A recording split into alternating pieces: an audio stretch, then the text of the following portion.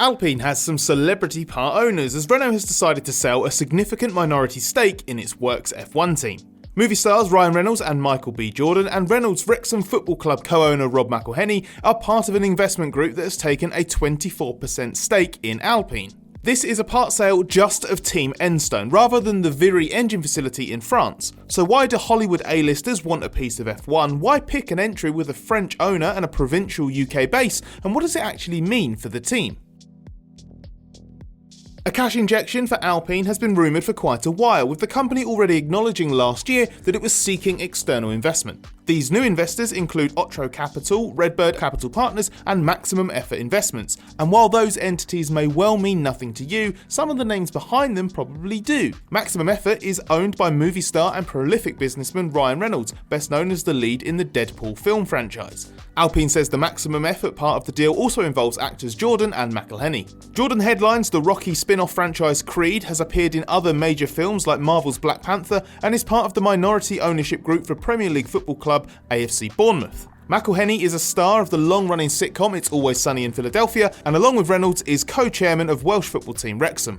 Redbird Capital is the owner of legendary Italian football outfit AC Milan. Alex Scheiner, a partner at Redbird and co-founder of Otro Capital, will now sit on Alpine's board of directors as part of this deal.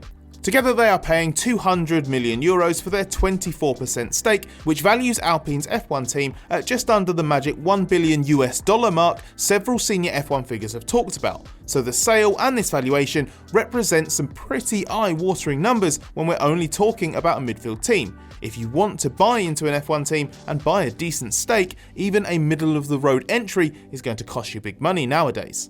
It's because teams have become much healthier and profitable enterprises in recent years, not least because of a raft of changes to how the entire ecosystem operates. The introduction of the budget cap in 2021 and a redistribution of the prize money as part of the terms of the revised commercial deal between teams in F1 are key factors in controlling costs and maximising profitability for more teams. This has made investing in F1 teams more sensible and also facilitated a better potential return on investment through more favourable revenue distribution.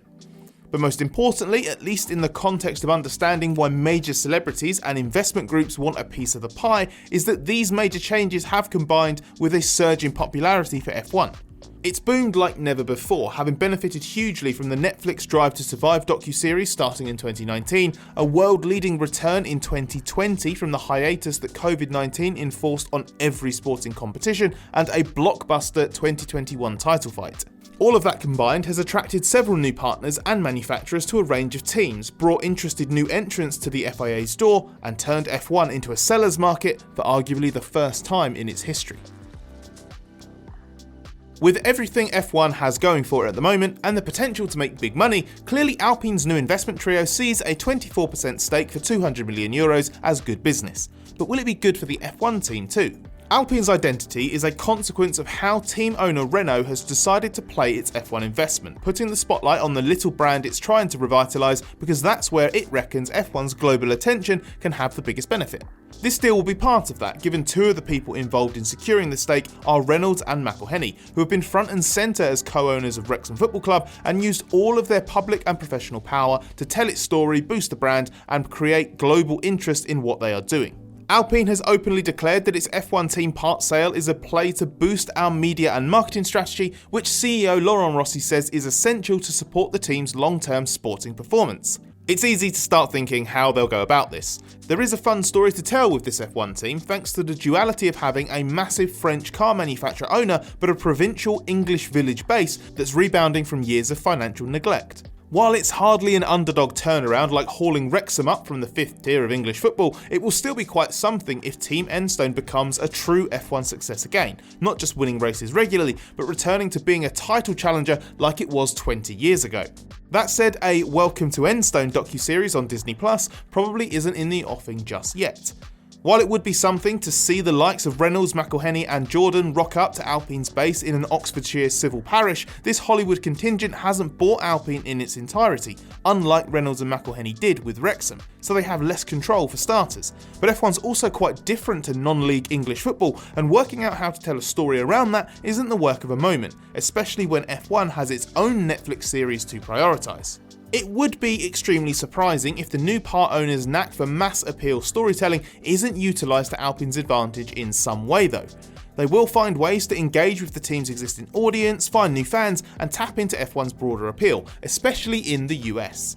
But this is just one element of how this investment should be seen as a way to help the team finally achieve its long-promised potential. The way Alpine has been run in the last couple of years has perpetrated a theory that this team is often treated as a grand marketing exercise with a race team attached to it, rather than being an elite sporting endeavour with a serious ambition of fighting for championships. So yes, aligning with A-list backers gives Alpine more than just money. It's a massive opportunity to build the brand, grow its F1 audience, and attract new partners.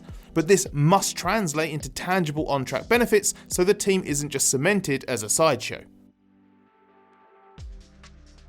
Sales like this can easily be interpreted as the tentative scoping out of an exit strategy for the controlling party, especially as Renault has a somewhat flaky F1 history as a team owner and has made it clear that reducing its financial burden is a priority. In this situation, it's more likely a reflection of the fact that Renault sees value in having an F1 team but doesn't just want to keep underwriting the entire cost and therefore needs to find other ways to make it sustainable.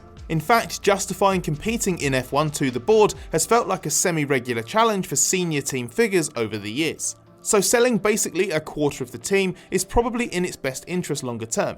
It's an argument for continued investment and is an obvious opportunity to boost efforts in the short term at no added cost to Renault itself. Alpine has made it clear that revenue will be reinvested in the team to assist its bid to catch up F1's top teams with state-of-the-art facilities and equipment. But that has to start immediately. It can't just be a case of waiting for long-term profits.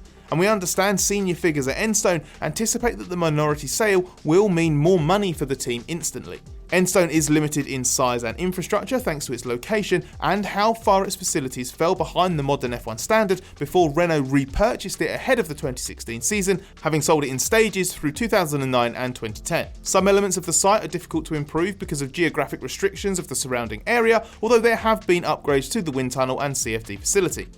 The outdated ex-McLaren simulator is also finally being replaced, but the new simulator was only recently approved, so is likely to take up to 2 years to be installed. Alpine's argued for months that the cost cap is actually stopping teams that have fallen behind on infrastructure from catching up.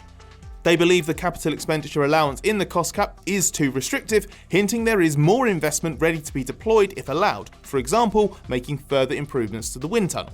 The team still has an inferior headcount too. It has been recruiting more staff consistently, but there's a specific need for more aerodynamicists. This is all a reflection of the fact that Team Enstone was on its knees less than a decade ago and remains a work in progress. Renault's investment was part of the motivation behind Rossi's recent public criticism of the team's underachievement this year. His argument was that the funds put in merited far better results, and that was true in the specific context of Alpine's stuttering start to 2023. But the Enstone facility is not a match for the team's intended rivals Mercedes, Red Bull and Ferrari, while other midfielders like Aston Martin, McLaren and Audi's soon-to-be works team Sauber are all investing heavily. Some of the language around this part sale suggests that Alpine and Renault do actually understand that they need to invest further to succeed. That is critical if this team is to finally deliver on its often talked about potential and live up to the expectations its high-profile new owners will undoubtedly have.